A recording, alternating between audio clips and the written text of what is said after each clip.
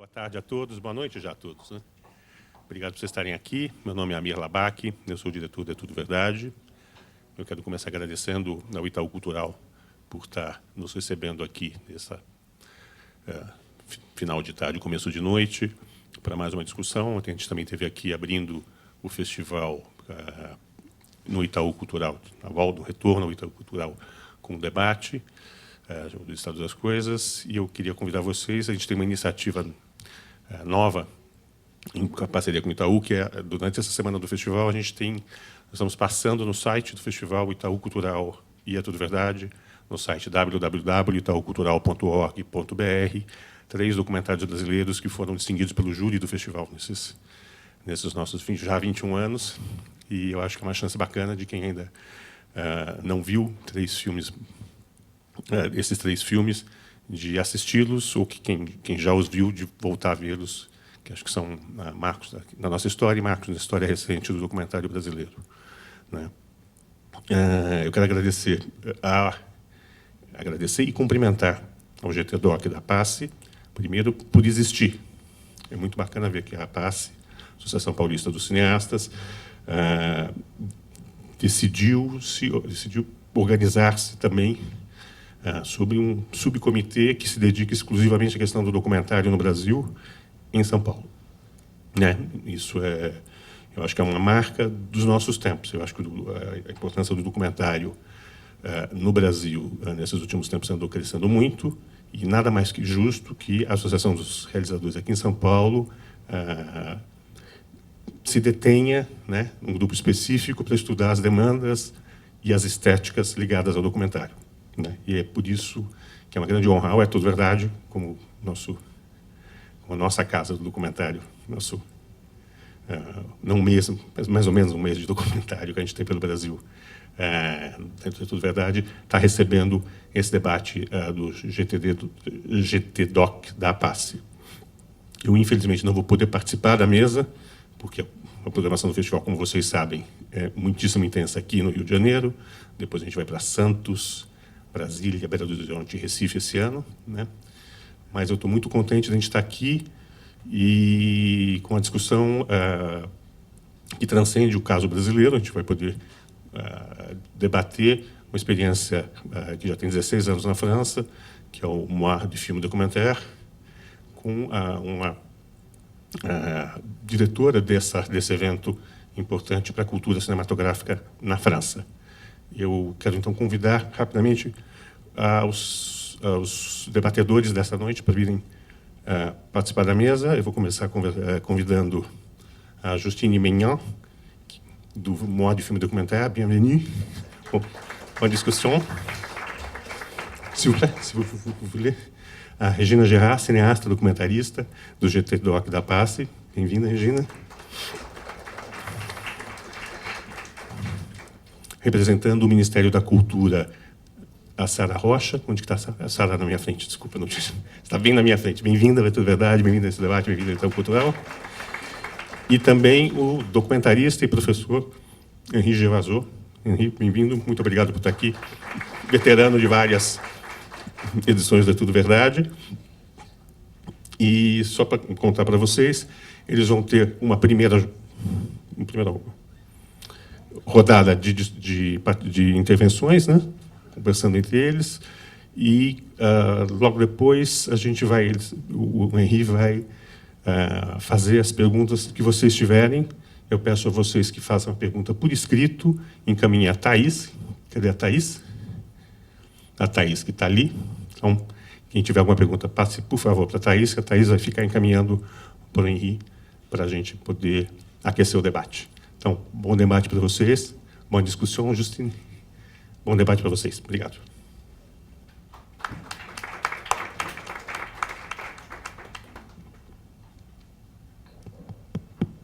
Bom, eu queria, antes do Amir ir embora, eu gostaria que ele escutasse que a gente está agradecendo muito a ele, a generosidade e a sensibilidade de estar recebendo o GTDoc aqui dentro desse festival tão prestigioso como o É Tudo Verdade.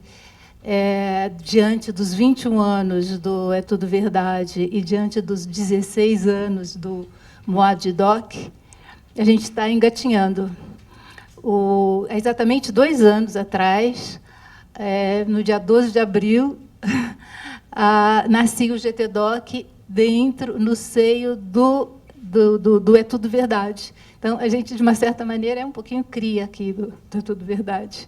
Eu, pelo menos, assisto todos os anos os filmes, e espero, assim, ansiosa, mais uma edição do É Tudo Verdade para conhecer o que está se fazendo de bom em termos de documentário no mundo todo. Nessa ocasião, há 2 anos atrás, o GT nasceu uma reivindicação. A gente pedia que as autoridades competentes do audiovisual olhassem com mais carinho para a nossa atividade de documentaristas. Os editais, na época, não privilegiavam o documentário, eram editais totalmente dirigidos para os filmes de ficção. Um pouco mais tarde, começaram a ser dirigidos para os filmes de ficção e de animação, e o documentário continuava fora desses editais.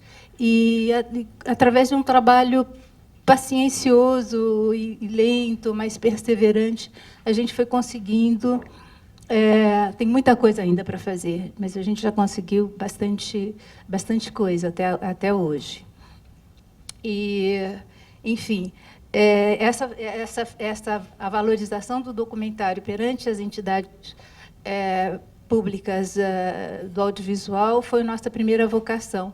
Mas, com o passar do tempo, a gente foi entendendo que era muito importante, não só para a gente, mas era importante para a sociedade brasileira, que o documentário reconquistasse o seu lugar de direito no imaginário brasileiro.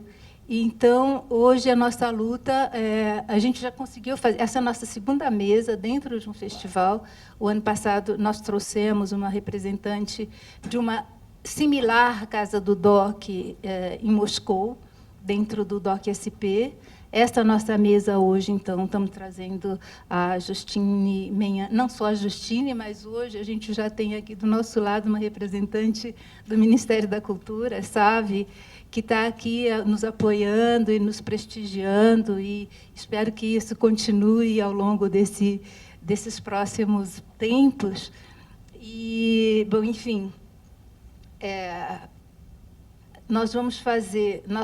Dentre todas as outras atividades, eu só queria desenhar rapidamente o que a gente pretende esse ano, que vamos fazer um festival, um encontro, na verdade, isso não seria um festival, um encontro de realizadores e de estudiosos do documentário, provavelmente no mês de novembro, e estamos estudando a possibilidade de existir enquanto casa, uma casa do documentário na cidade de São Paulo. Enfim, tem muita coisa, a gente já fez bastante, mas tem todo um mundo à nossa frente para ser conquistado. Então, é isso. Queria agradecer a presença de vocês e passar a palavra para o Henri, que vai continuar a levar essa mesa adiante. Então, boa tarde, quase boa noite. Bom, também agradecer ao AMI, ao É Tudo Verdade, ao Itaú Cultural, aos companheiros do GT Doc da PASSE, a própria PASSE e o pessoal da Image Bibliothèque. A Justine integra uma equipe mais ampla, que tem várias pessoas com quem a gente vem dialogando. Então, já que esse é um evento público, faço questão de citar o nome do Jean-Yves Lepinet, Marianne Palès, enfim, e a própria Justine.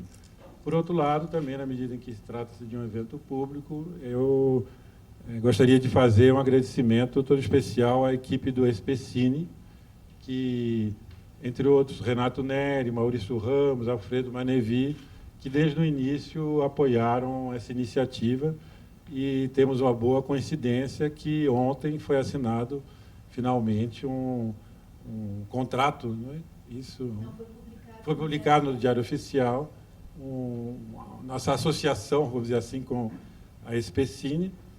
E eu gostaria também de agradecer bastante a presença da Sara Rocha, que certamente vai contribuir muito para os debates.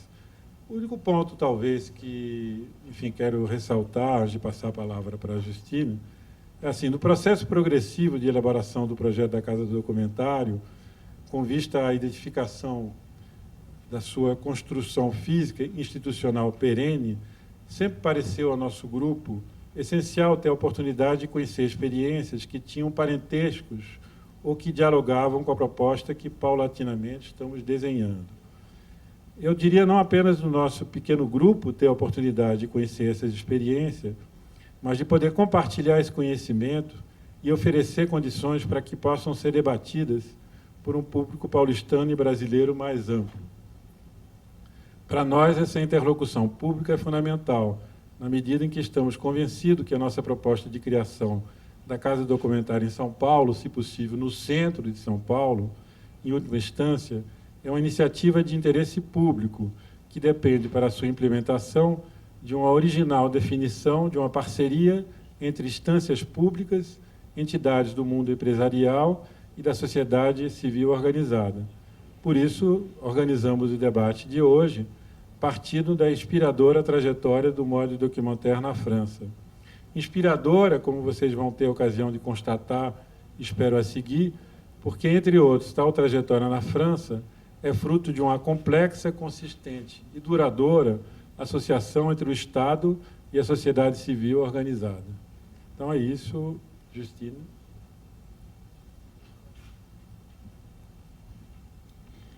Bonsoir. Bonsoir à tous. Alors, moi aussi, je vais commencer par remercier parce que je ne peux pas éviter, évidemment, de remercier particulièrement la PACI de nous inviter ici. On est vraiment ravis de partager cette expérience et on espère que ça puisse donner des idées et que ça puisse impulser des choses ici. Évidemment, la PACI et plus particulièrement le GTDoc, donc le groupe qui travaille autour du documentaire. On est aussi ravis que le ministère de la Culture fasse partie de la table ronde, que ça puisse intéresser vraiment les institutions aussi à ce niveau-là. Et puis, merci à Etudo de Verdade, excusez-moi pour la prononciation, d'accueillir cette table ronde.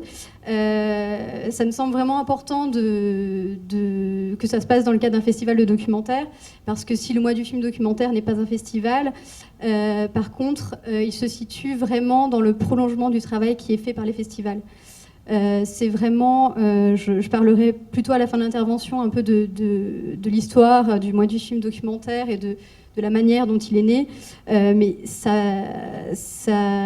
né quand même, je peux le dire maintenant, du constat qu'il se passe de merveilleuses choses pendant les festivals de documentaire, et il y en a beaucoup en France. On voit beaucoup de films très différents du monde entier, des réalisateurs qui viennent, un public souvent nombreux qui est présent. Mais quand le festival termine, quand le festival se finit, eh bien les films ensuite ne sont pas montrés en fait, et ensuite ne vivent plus. Et donc c'est un peu pour répondre à ça aussi que le mois du film documentaire s'est créé. Enfin, c'est un peu plus compliqué que ça, mais en tout cas, ça part vraiment de ce constat-là, et de faire vivre les films au-delà, de leur offrir une seconde vie quand ils en ont eu une première en festival, et parfois même leur offrir une première vie, une vie tout court, lors du mois du film documentaire. Alors, avant de vous présenter un petit peu qu'est-ce que cette manifestation, il me semble important de situer un petit peu dans le contexte français, parce que je ne sais pas si vous avez pris à l'entrée, j'ai mis des petits bilans chiffrés du mois du film documentaire 2015, où vous pouvez voir les chiffres de la manifestation, c'est-à-dire que ça représente 2000 projections pendant tout le mois de novembre. Ça a réuni à peu près 150 000 spectateurs, autour de plus de 1500 films. Donc, principalement en France, mais aussi quand même dans un réseau à l'étranger, dans une trentaine de pays. Donc forcément, je pense que ça peut faire rêver, mais le contexte français n'est quand même pas idéal pour la diffusion du documentaire, et c'est bien pour ça que le mois du film documentaire existe. Ça reste quand même le parent pauvre du cinéma. Donc je pense que comme au Brésil, j'ai l'impression voilà, il y a quand même beaucoup de films qui sont produits. En France, c'est pareil, il y a vraiment une riche production de documentaires, mais la diffusion est quand même très limitée. Voilà, donc je parlais des festivals de documentaires, évidemment il y en a beaucoup et c'est une fenêtre vraiment très très importante. Mais voilà, j'évoquais le fait que forcément c'est une visibilité dans une durée assez courte, et aussi ça s'adresse à un certain public. Les festivals de documentaires, c'est, voilà, je pense qu'on peut être d'accord là-dessus, c'est quand même soit un public quand même de cinéphiles avertis, de personnes qui s'intéressent déjà à ce genre, et aussi beaucoup de professionnels. Et c'est un peu la nature même d'un festival. Forcément, vous allez voir ensuite que le travail du mois du film documentaire, enfin en tout cas ce qu'on veut en faire, c'est aussi d'aller chercher de nouveaux publics et d'aller vraiment à leur rencontre. Ensuite, comme autre fenêtre, il y a la télévision, et en France, la télévision se désengage beaucoup dans la diffusion du documentaire. Pour vous donner une idée, j'ai un chiffre. Donc entre 2010 et 2012, on peut compter environ 143 films documentaires français qui ont été sélectionnés dans les grands festivals de documentaires en France. Et sur ces 143 films, seuls 3 ont été produits par France Télévisions, qui est le groupe public de télévision principal en France. Donc voilà, ça montre bien, coproduction veut dire aussi donc diffusion, donc ça montre bien que voilà, qu'il y a assez peu de ces films-là, ces documentaires qui sont visibles à la télévision. Et ensuite, il y a évidemment les salles de cinéma. Et en France, il y a quand même de plus en plus de films qui sortent en salle. J'ai trouvé le chiffre de 100 longs métrages documentaires qui sont sortis en 2014 dans les salles françaises, ce qui est vraiment énorme. J'étais même moi étonnée qu'il y en ait autant. Et ça représente 14% des films sortis en salle. Mais c'est pareil, il faut temporiser avec le fait que, évidemment, ils sortent en salle de cinéma, mais dans combien de salles et dans quelle ville? Et donc, en général, c'est quand même assez limité. C'est quand même quelques salles, parfois 2-3 salles à Paris. Donc c'est pareil, c'est toujours quand même un public encore ciblé et une visibilité qui est quand même limitée. Voilà, donc dans ce contexte-là, vraiment le mois du film documentaire, son rôle et ses objectifs, c'est vraiment de pallier à ce manque de visibilité et de renforcer et de pérenniser la diffusion du documentaire en France et de l'ouvrir à un autre public. Enfin, évidemment, ça s'adresse aussi au public qui s'intéresse au documentaire, c'est évident, mais c'est aussi d'aller sensibiliser des publics, et notamment le jeune public, par exemple. Ah, pardon, excusez-moi, je parle trop vite.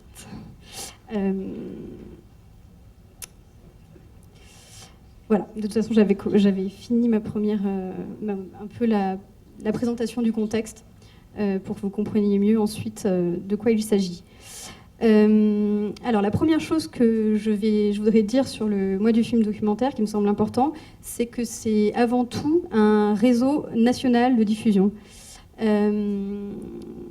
D'ailleurs, je vais préciser, alors je sais, dans ma traduction, on a dit que j'étais la directrice du mois du film documentaire. Justement, c'est pas une manifestation avec une direction. Moi, je suis chargée de communication et de développement au sein d'Images en bibliothèque. Et tout ça pour dire qu'il n'y a pas une direction artistique, il n'y a pas une association qui créerait la programmation du mois du film documentaire, comme c'est le cas dans un festival.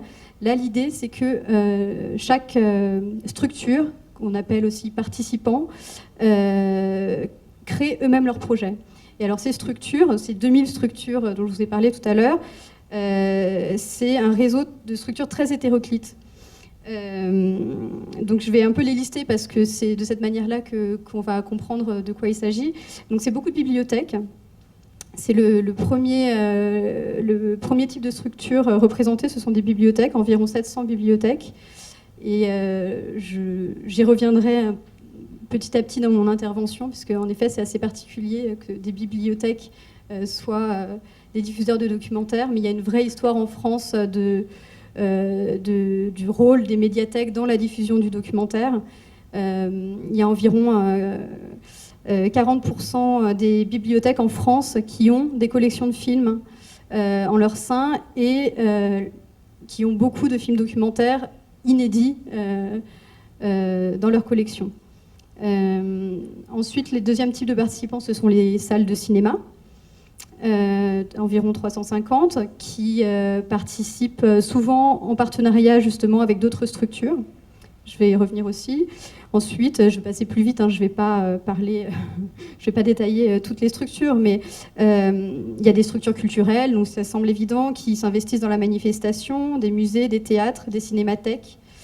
Il y a les institutions publiques, évidemment, donc au niveau du soutien national, les institutions nationales, mais aussi nous avons des partenaires en région à chaque fois qui font aussi un travail de coordination au niveau régional de la manifestation. Et évidemment les communes qui s'investissent beaucoup, notamment leur investissement principal, c'est souvent des prêts de salles polyvalentes, des salles municipales pour permettre aux projections de se faire, puisque ça se passe souvent dans de toutes petites villes où il n'y a pas d'équipement, pas de salle de cinéma pour pouvoir projeter des films. Ça se passe vraiment dans des équipements très différents. Sur l'idée ensuite d'aller chercher des nouveaux publics, il y a les établissements éducatifs, des écoles, des universités, des lycées qui participent. Des structures sociales. Il y a aussi des projections dans des maisons de retraite, par exemple, dans des prisons, dans des hôpitaux, dans des foyers ruraux, qui sont souvent le fruit du travail de gens vraiment très investis et qui tiennent à faire des partenariats avec ces structures pour aller montrer des films à ces publics qui sont spécifiques et souvent qui n'ont pas forcément accès à tout ça. Et puis, en dernier lieu, le réseau culturel français à l'étranger. Donc, c'est de cette manière-là qu'on est présent dans une trentaine de pays par, si vous voulez, tout ce qui est Alliance française, Centre culturel français à l'étranger, qui organise des projections à cette occasion. Ce qu'il est important de préciser aussi sur ce réseau, c'est qu'il y a quand même une grande partie de ce réseau-là qui fait un travail à l'année déjà autour du cinéma ou autour du documentaire, et donc le mois du film documentaire permet de mettre en lumière un peu ce travail et de faire un focus sur le travail qui est par ailleurs fait tout au long de l'année. Ça sort pas de nulle part en fait. Et après, il y a certaines structures qui bien sûr, qui font ça juste à cette occasion-là. Et puis, ensuite, je vais parler d'un exemple concret et on va arriver aussi à un extrait de film. Voilà, ce que nous, on essaye de faire en tant que coordinateur national de la manifestation, c'est de faire dialoguer ces structures entre elles et de faire travailler des structures pendant le mois du film documentaire qui ne travaillaient pas forcément ensemble. Donc l'exemple le plus frappant et le plus récurrent, c'est de faire travailler par exemple des bibliothèques justement avec des salles de cinéma qui font toutes les deux un travail de valorisation de films, de documentaires, mais très différents et complémentaires. Et donc on essaye justement de les faire travailler ensemble à cette occasion pour qu'elles puissent justement faire ce travail complémentaire de une salle qui a plutôt une activité commerciale, qui va souvent plutôt sortir des films qui sont en sortie nationale, et comment ils peuvent travailler ensemble avec la bibliothèque qui va proposer des films peut-être du coup plus de patrimoine ou peut-être des films qui n'ont pas eu accès à une salle de cinéma, et du coup ils vont pouvoir construire quelque chose ensemble. Pour vous donner une idée plus claire, du coup j'ai pris l'exemple d'un projet qui a eu lieu l'année dernière dans une ville qui s'appelle Besançon, qui est une ville, pour vous donner une idée, d'environ 110 000 habitants, donc avec des équipements culturels. Trois structures ont choisi de travailler ensemble à cette occasion. Une association, donc composée surtout de bénévoles, qui fait un travail autour du cinéma. Une médiathèque, bibliothèque, je vais utiliser les deux termes, mais c'est la même chose. Et le cinéma de la ville. Ils sont réunis ensemble et ça leur a permis premièrement de mutualiser leurs moyens financiers, puisque ça coûte forcément de l'argent pour mettre en place un programme, et c'est les structures elles-mêmes hein, qui sont responsables de leur programmation, qui sont donc aussi responsables financièrement de faire venir des films, de payer les ayants droit, de faire venir des réalisateurs. Et donc, grâce à ce partenariat, elles ont pu faire venir un réalisateur à Besançon, un réalisateur belge, Nicolas Rincongill. Et elles ont montré ces 3 films de ce réalisateur qui a fait une trilogie qui s'appelle Campo Hablado. Voilà. Et donc, non seulement elles ont, grâce à ça, pu organiser ce projet, et en plus, leur public ont pu circuler d'un lieu à l'autre, puisque chaque projection était organisée dans chacun de ces 3 lieux. Donc c'est aussi la clé de la réussite d'un projet du mois du film documentaire, c'est comme ça de faire que le public qui a l'habitude d'aller au cinéma, et ben tout d'un coup, il va aller aussi dans la bibliothèque, et ainsi de suite, voilà, dans chaque structure. Voilà, j'ai déjà beaucoup parlé, donc on va passer un extrait. Je vais juste vous parler un petit peu de l'extrait avant de le passer pour que vous compreniez. Donc c'est un extrait justement du 3e volet de la trilogie Campo Hablado de Nicolas Rincongill. Donc Nicolas Rincongill, c'est un jeune cinéaste belgo-colombien qui s'intéresse à la richesse de la tradition orale colombienne et à sa confrontation avec la violence.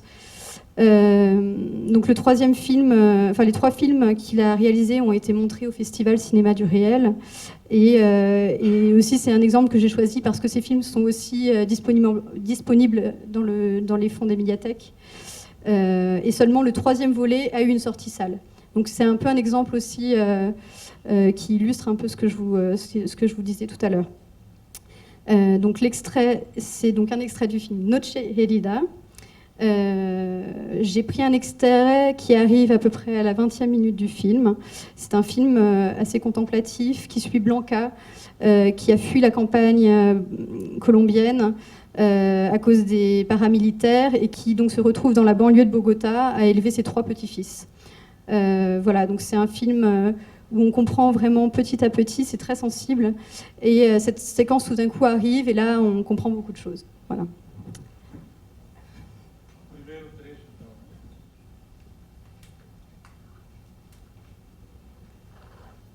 Mi nombre es Jonathan Pedro Ríos y nací en Sabana Caldas en el día 23 de marzo del 2001. Mi familia es Blanca Ligia Rodríguez, mi primo Cristian Camilo Ríos. Y mi hermano, no digo, no puso hermano. Sí, la lista, mi hermano Andrés Ríos, Miguel Andrés Ríos. Ya. Lo que más recuerdo fue en el 2005, cuando la guerrilla invadió a nuestra comunidad así. La guerrilla invadiendo. La guerrilla invadió a nuestro pueblo y estaba amenazando a la gente para que se fueran y dejaran lo poquito que tenían. Y como a los 3 meses llegaron a nuestra casa armados y con una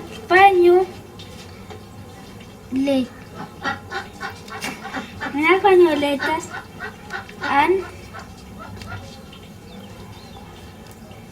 le dijeron que abandonara la casa.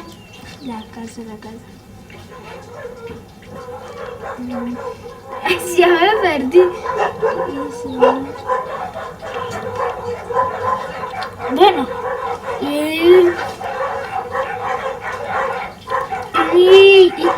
yo estoy mi abuelo y mi abuela. Bueno, y mi abuelo y mi abuela, yo, el primero de la guerrilla y nos amenazaron que a muerte, y el primero nos dijo: les doy un segundo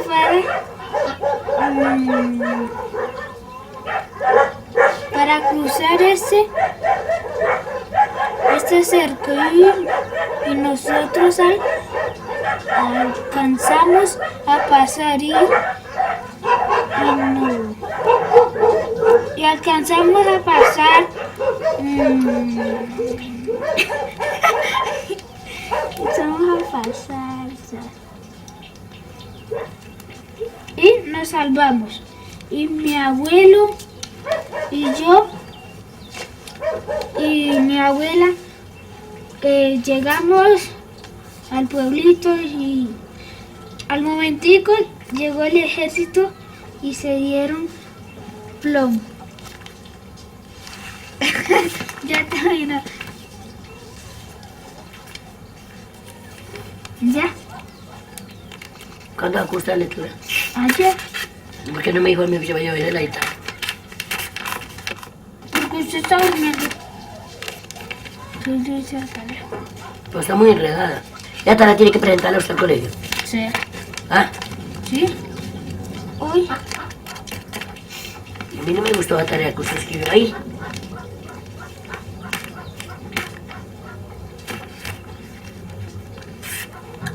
Porque usted va solo diciendo que la guerrilla es sola. Y fueron grupos armados, usted no sabe quiénes eran. Yo escribí la guerrilla. Pues Claro, era, en ellos también estaban ellos. pues era los estos. Era lo que yo me recordara.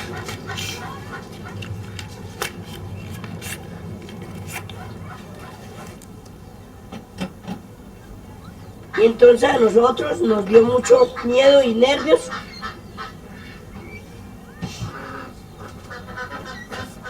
Por eso nos venimos de por allá. Porque no eran sino con nosotros nomás.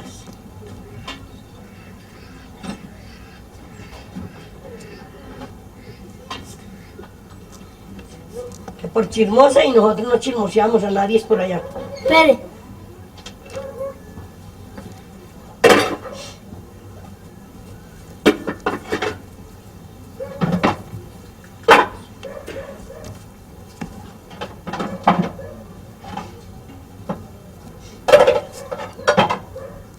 Profesores como vos. Ensayan a ustedes y...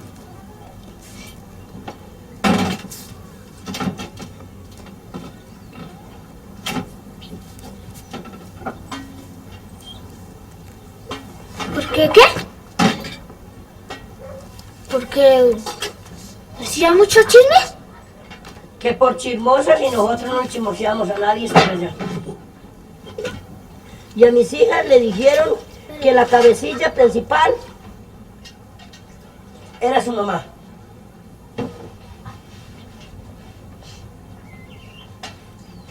Entonces más ligeros salimos de por allá. Listo. Y no pensamos volver.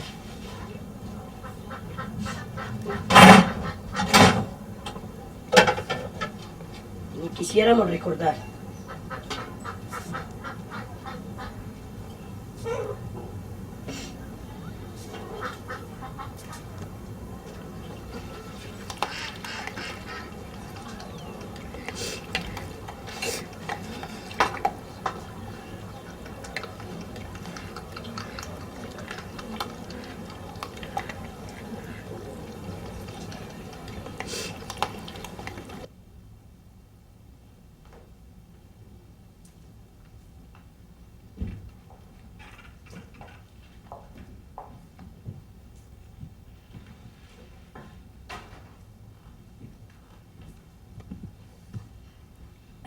Voilà.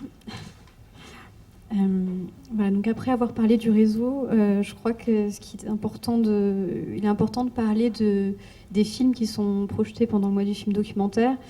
Et bon, vous avez entendu dans le chiffre de 1500, évidemment, du coup, il y a beaucoup de films et tous très différents.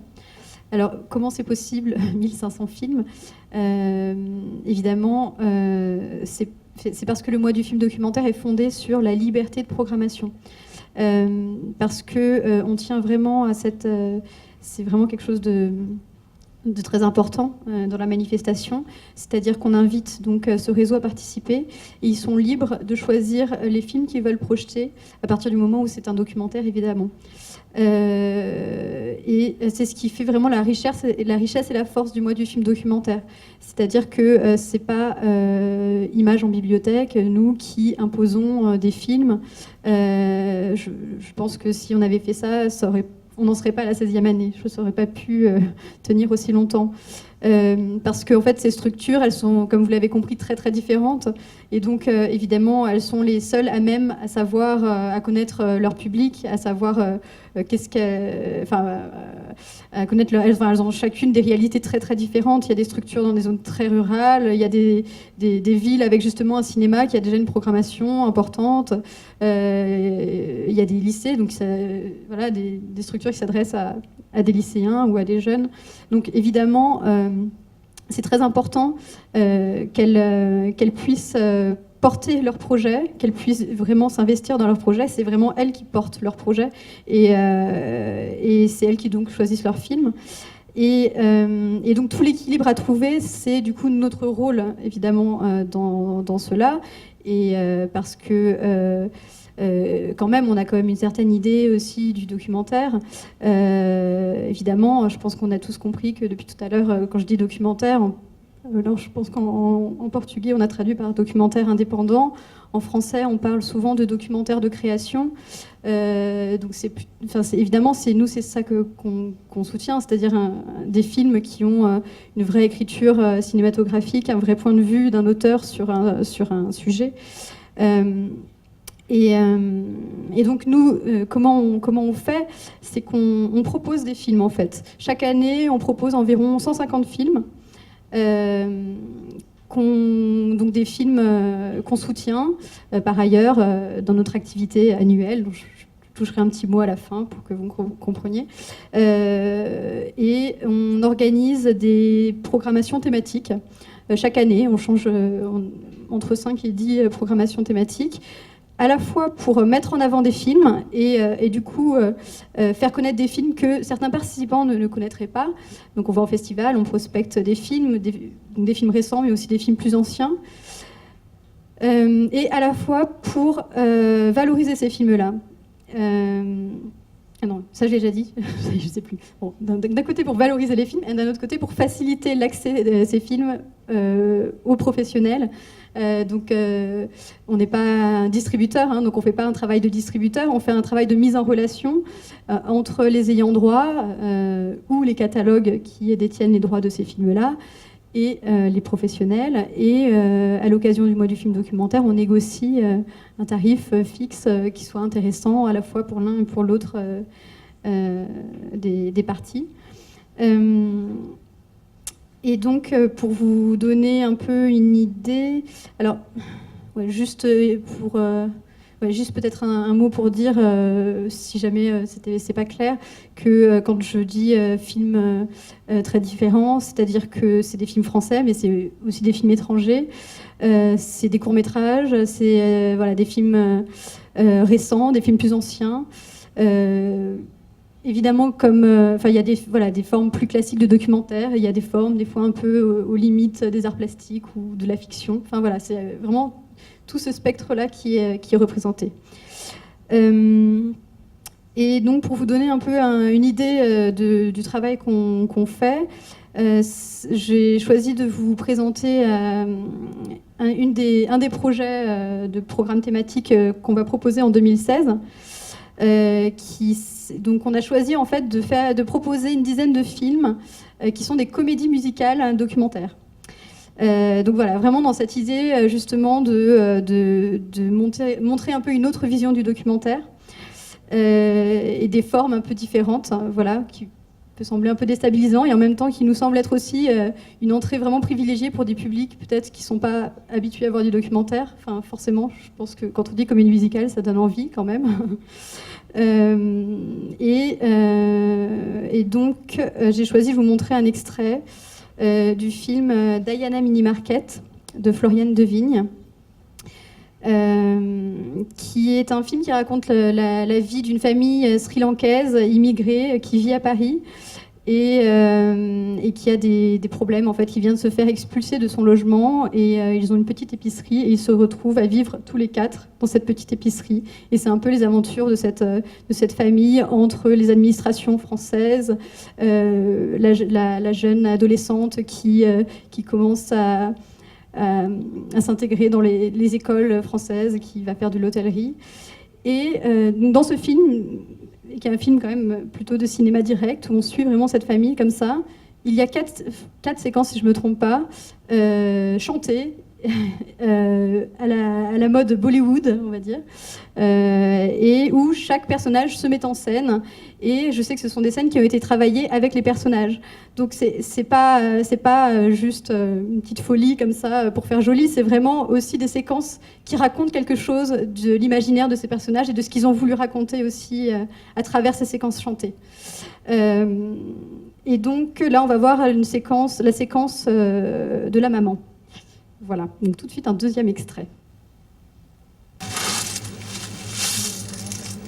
ஒவ்வொரு நாள் காசு ஒவ்வொன்றுக்கு போயிட்டே இருக்கு இடிஎஃப்க்கு அதுக்கு விசைதான் இருக்கு நேற்று கொண்டு போய் போட்டது அந்த காசு இந்த சில்லறை காசும் போட்டு 4000 ரூபா போடணும் 3000 போட்டிருக்கு 2000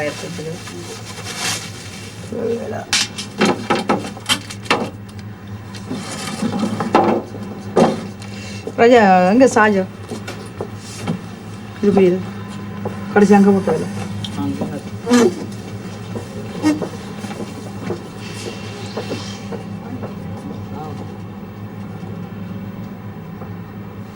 कॉफी डी और बकम बैकग्राउंड कॉफी डी भाई आज अभी ये लास्ट में पूरा भाई और कोई तो आकाश में ना निकल रहा कौन देता कौन देता क्या ना प्राण ट्राई ये ना डंडा नहीं pillow Nationalité française.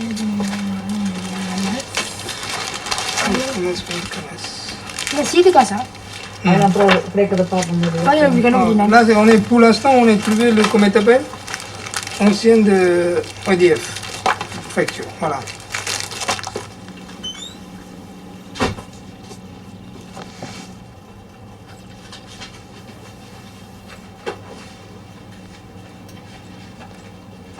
Et là, regarde la caméra, hein.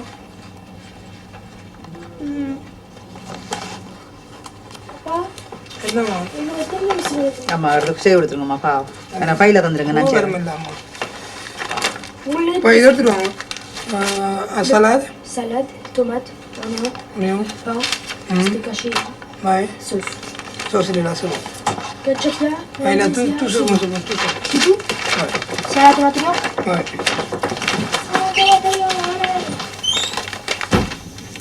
இது வந்து வயர் பார்க்க இது நிற்கும் எதை போனேன்னு சின்ன கிளாஸ் ஒன்றும் கிடைக்காதாக்குமா இது இந்த செய்யக்கூடிய சாமான்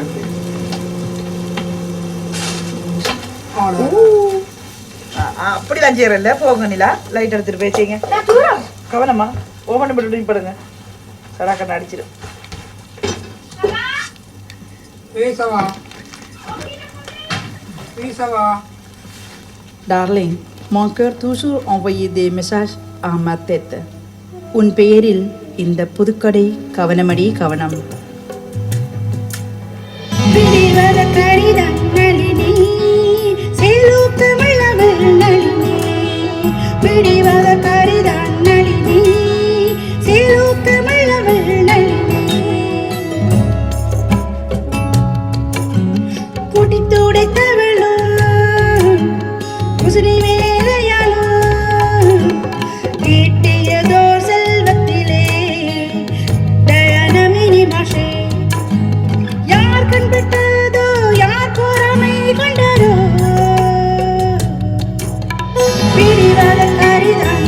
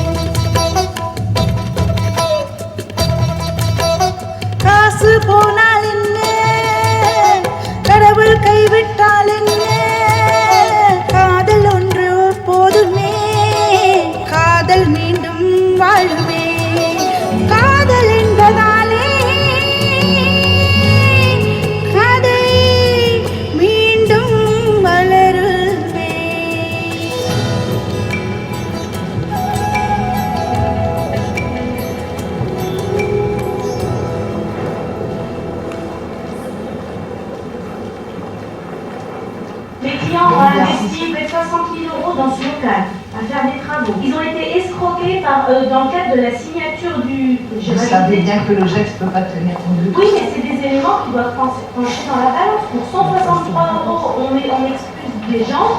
Il y a 3 enfants. Aujourd'hui, ils ne sont pas relogés. Ils ont versé des sommes de 30 000 € en liquide. C'est vraiment un dossier d'une injustice.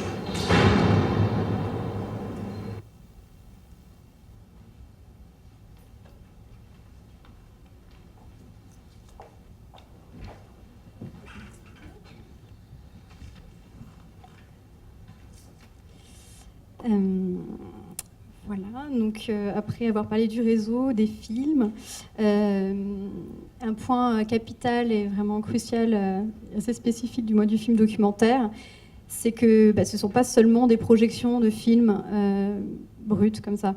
C'est avant tout un moment de rencontre, un moment d'échange, un moment de débat autour des films. Je vous donne encore des chiffres parce que des fois ça parle. Enfin, voilà, dans le meilleur des cas, en fait, on invite vraiment les structures à inviter, quand c'est possible, le réalisateur lui-même à venir parler de son film, à venir rencontrer le public. Et on est quand même assez content parce que là, en 2015, c'est 43% des séances, donc des projections, qui étaient accompagnées par le réalisateur du film.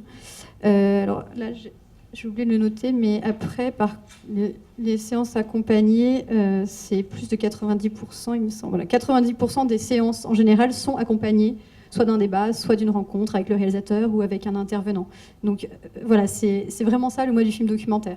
C'est un moment de débat vraiment citoyen où on va parler forcément de cinéma, et c'est vraiment ça aussi, on y tient, mais on va aussi parler de la vie, de ce dont le film parle. C'est le moment où on va inviter, après je vais aussi vous parler d'un exemple pour que ce soit plus parlant, mais on va inviter aussi des artistes, peut-être d'autres disciplines. On va inviter des scientifiques, des historiens, des critiques à venir créer un débat, créer une discussion avec le public. Voilà, et ça, c'est vraiment quelque chose d'important. Alors voilà, pour que ce soit un peu plus parlant, du coup, j'ai pris encore un exemple précis d'un projet qui a eu lieu à Nîmes, qui est aussi une ville moyenne d'environ 150 000 habitants dans le sud de la France. Et donc là, c'est un projet assez ambitieux. À chaque fois, je vous montre des exemples, mais évidemment, comme il y a tellement de réalités, jamais un exemple ne peut représenter quelque chose, parce qu'il y a plein de réalités différentes. Et là, pour le coup, c'est vraiment une programmation assez ambitieuse. C'est une ville qui participe depuis très longtemps au mois du film documentaire, donc qui a d'année en année pu étoffer sa participation.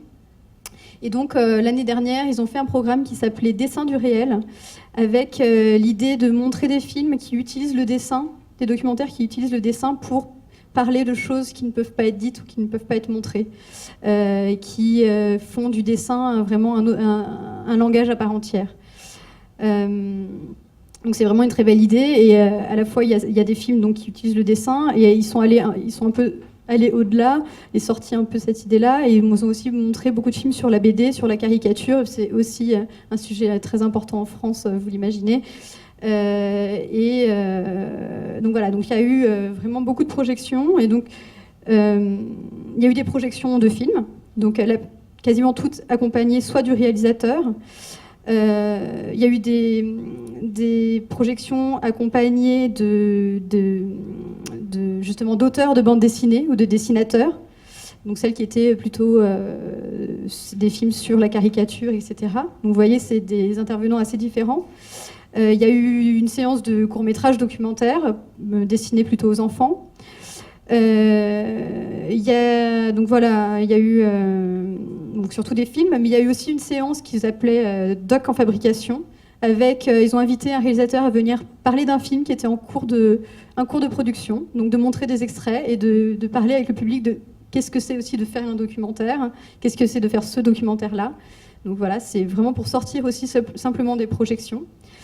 Il y a eu aussi un ciné-concert, donc avec des images d'un artiste qui fait du street art. Et voilà. Et donc il y a eu un musicien qui a fait de la musique en live sur ces vidéos. Et il y a aussi un projet moi, que je trouve assez magnifique, bon, qui est assez spécifique, mais j'en dis juste 2 mots. Il y a aussi eu un blog qui a été créé à cette occasion et qui a été animé par des jeunes en réinsertion. Donc c'est un partenariat avec une association plutôt à vocation sociale. Et ces jeunes, en fait, ont créé ce blog et qu'ils ont alimenté de ressources liées aux projections. Donc ils sont allés faire des interviews des réalisateurs qui étaient présents. Ils ont fait des photos, ils ont créé une carte interactive sur laquelle on pouvait cliquer sur les différents endroits de la ville qui participaient et justement accéder à ces ressources. Voilà, donc c'est une autre manière d'intéresser aussi et de sensibiliser le public au documentaire. C'est pas forcément du coup de leur montrer un film, mais de les impliquer aussi dans un projet plus large. Voilà, donc ça me paraissait être un exemple assez intéressant. Et j'en profite pour vous montrer un 3e extrait d'un film qui a été projeté lors de ce programme-là, qui est un film qui s'appelle Vidéocartographie Aïda-Palestine de Till Ruskens, et donc qui utilise le dessin. Voilà, enfin, je peux en dire beaucoup plus. Enfin, si juste dire peut-être que ce sont des témoignages de Palestiniens qui ont vécu des situations difficiles liées à l'occupation israélienne. Et donc c'est aussi, le dessin vient aussi parler de leur représentation du territoire, c'est aussi une sorte de représentation mentale de l'espace dans lequel quelqu'un s'est introduit et voilà, dans lequel il s'est passé quelque chose de traumatique. Je précise aussi, parce que maintenant c'est un peu déstabilisant, c'est un film qui a été tourné en mini-DV, donc une qualité un peu basse, on va dire, par rapport à aujourd'hui, mais je me suis dit que ce serait dommage de se priver de ce film parce qu'on est dans le monde de la HD, et aussi parce que c'est un extrait, donc la qualité est encore un peu moins bonne, mais vraiment, vous allez voir, c'est un très beau film.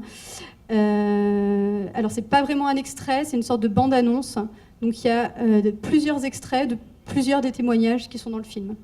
Voilà.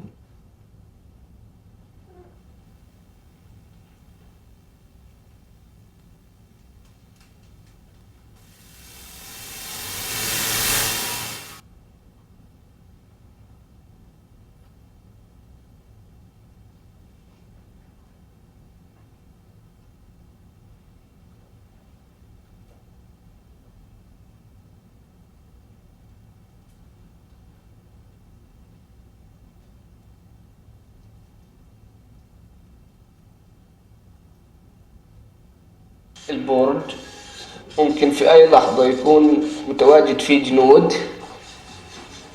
هون بيقدروا يجوا الجنود. الحلو في المخيم إنه كان الدور ملزقة ببعض، يعني شي فتحات بسيطة بينهم، كان الواحد يعرف يتخبى فيهن، يعني يقدر يعيش. يعني كنت أقدر أشرب، يعني بدي أشرب يعني إياه من فوق الحيط شالك. عند التفتيش بصير كلها غرفة بس كبيرة مكسرة، وبعدين بكون مدخلين حديد صغير هناك. بشوف التسريح كمان مرة، هوية والتسريح. ننزل طريق يمين شمال يمين شمال حوالي 50 متر على الشارع، سيارات أو باصات بكون غاد واقف، ونوصل المستشفى بسرعة. والله وصلنا في جيش محاوطين الدنيا، باكي صايرة عملية يومها، عملية الجرافة في القدس. ايوه اخر واحدة. والله ماشيين يمكن شو اقول لك زي من هان وبيت لحم تعرف في البر. قلت لهم للحمير معي كانوا 2 من طول كرم وواحد من نابلس، قلت لهم تجروش تشردوش نسلم حالنا، قالوا ماشي.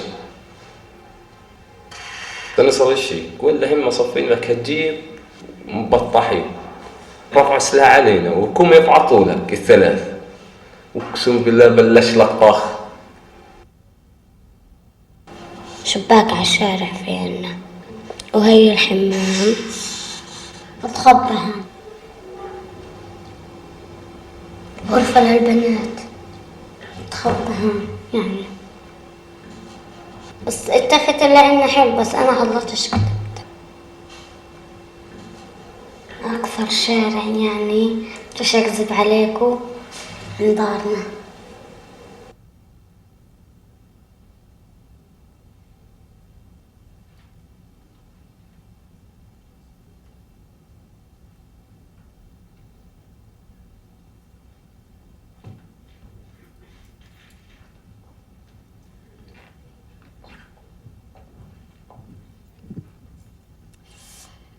J'ai bientôt fini, après je vous laisse la parole, promis.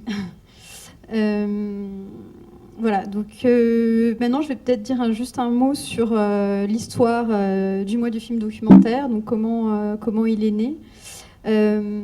Bon, c'est vrai que c'est né dans un contexte français assez particulier, puisque, comme je vous disais, il y a cette histoire du cinéma en bibliothèque. Qui joue des bibliothèques publiques, qui joue un rôle vraiment très important dans la diffusion du documentaire. Par exemple, je ne sais pas si vous le savez, mais le festival Cinéma du Réel, qui a lieu à Paris, qui est un des plus gros festivals de documentaires en France, est organisé par une bibliothèque, par la BPI, qui est la Bibliothèque publique d'information, la bibliothèque du Centre Pompidou. Donc voilà, c'est quand même assez représentatif d'un système en France. Voilà. Voilà, donc comme je vous le disais au tout début de l'intervention, c'est parti du constat que voilà, Cinéma du Réel, donc c'est vraiment aussi en lien avec ce festival-là, voilà, projeter des films et ensuite qu'est-ce qu'on fait pour que ces films puissent vivre. Donc il y a eu cette idée de commencer en fait à permettre aux films d'exister dans les bibliothèques. Donc c'était même avant la VHS, donc c'était vraiment dans les fin des années 70-80. Et donc petit à petit, les bibliothèques ont commencé à avoir des fonds de films, donc de documentaires au départ. Après, ça s'est diversifié. Aujourd'hui, on trouve tout type d'images animées en bibliothèque. Et donc ça a vraiment permis aux films d'avoir une diffusion plus large, mais ensuite, une fois qu'il y a eu ces collections qui ont commencé à se créer, c'est posé la question de comment on fait pour valoriser ces collections. Comment on fait pour les valoriser, pour que le public sache, parce que c'est pas évident quand on est des bibliothèques de savoir qu'il y a des films et des documentaires dans ces établissements. Et donc, c'est ensuite, dans le souci de valoriser ces fonds, qu'est née l'idée du mois du film documentaire. Alors c'est une idée et un projet qui s'est monté conjointement entre Images en bibliothèque, donc l'association que je représente, dont je dirai aussi un mot après, le ministère de la Culture, et plus particulièrement le service qui s'appelle Direction du livre et de la lecture, donc plutôt le volet bibliothèque, et le CNC, qui est le Centre national du cinéma et de l'image animée en France.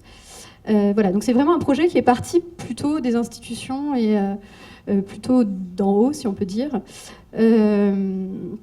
avec cette idée dès le départ de renforcer la diffusion du documentaire, de valoriser ses fonds, et dès le départ aussi d'intensifier les relations entre les bibliothèques et les cinémas. Donc dès le départ, il y a eu quand même cette idée d'intégrer d'autres types de structures que les bibliothèques dans cette manifestation. Voilà, donc voilà, ça a commencé avec 200 structures en 2000, et voilà, aujourd'hui on en est à 2000. Voilà, c'était un aperçu très rapide, mais ensuite, évidemment, si vous avez des questions plus précises, je pourrais y répondre, parce que évidemment, je pourrais en parler pendant très longtemps. J'ai juste noté un petit exemple qui peut être assez intéressant.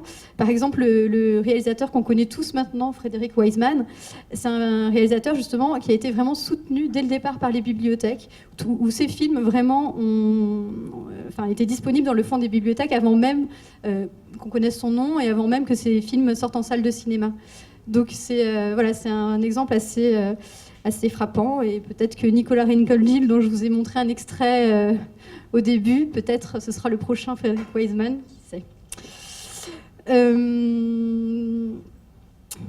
Alors, est-ce que j'ai oublié quelque chose ? Non, je crois que j'ai dit déjà beaucoup de choses, et j'en aurais beaucoup à dire, mais du coup, je vais plutôt répondre à vos questions pour continuer à en parler.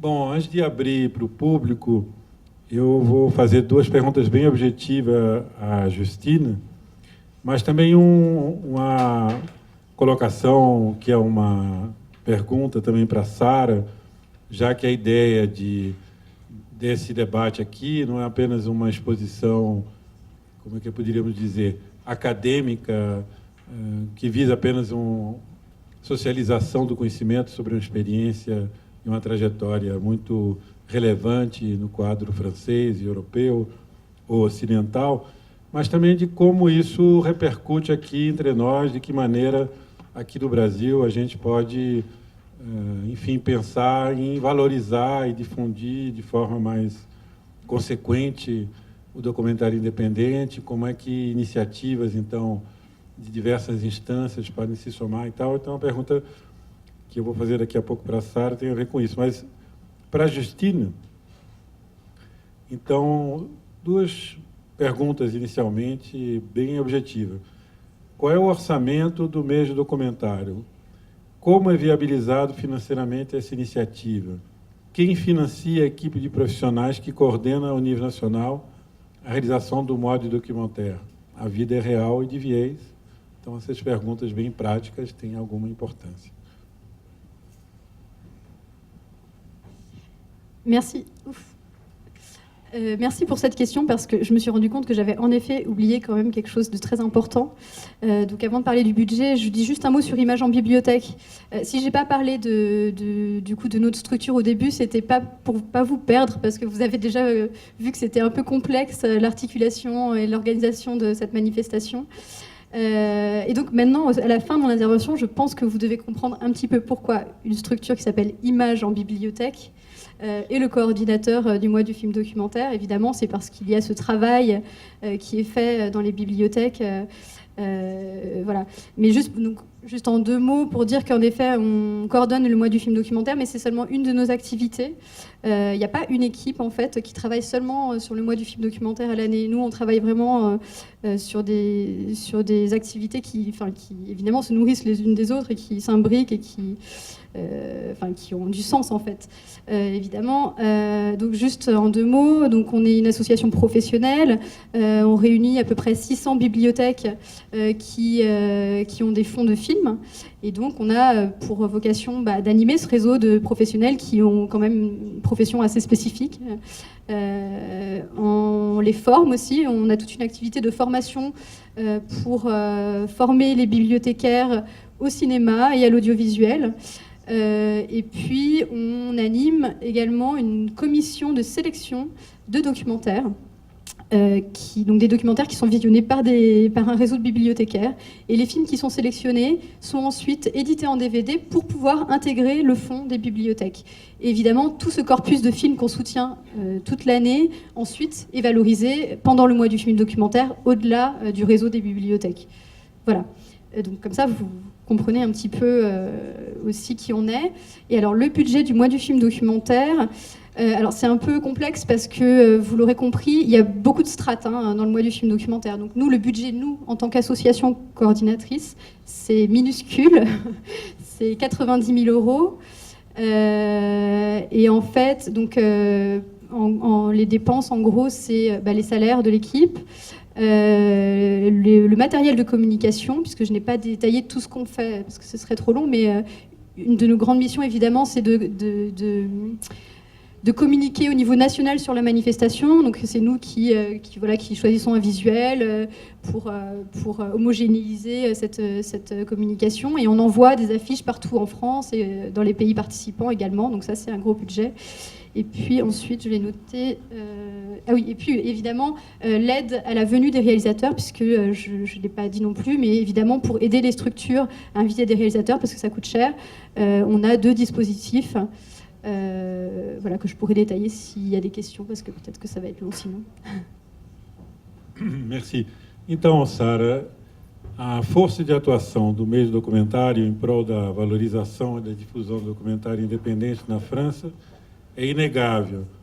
A trajetória dessa iniciativa é, em grande parte, algo singular à história francesa. A gente pode pensar, entretanto, que iniciativas parentes poderiam ser pensadas no Brasil aproveitando a rede de museus, centros culturais, CELs, CIEPs, pontos de cultura, construindo espaços de difusão, debate e formação em torno do documentário brasileiro e também de outros países.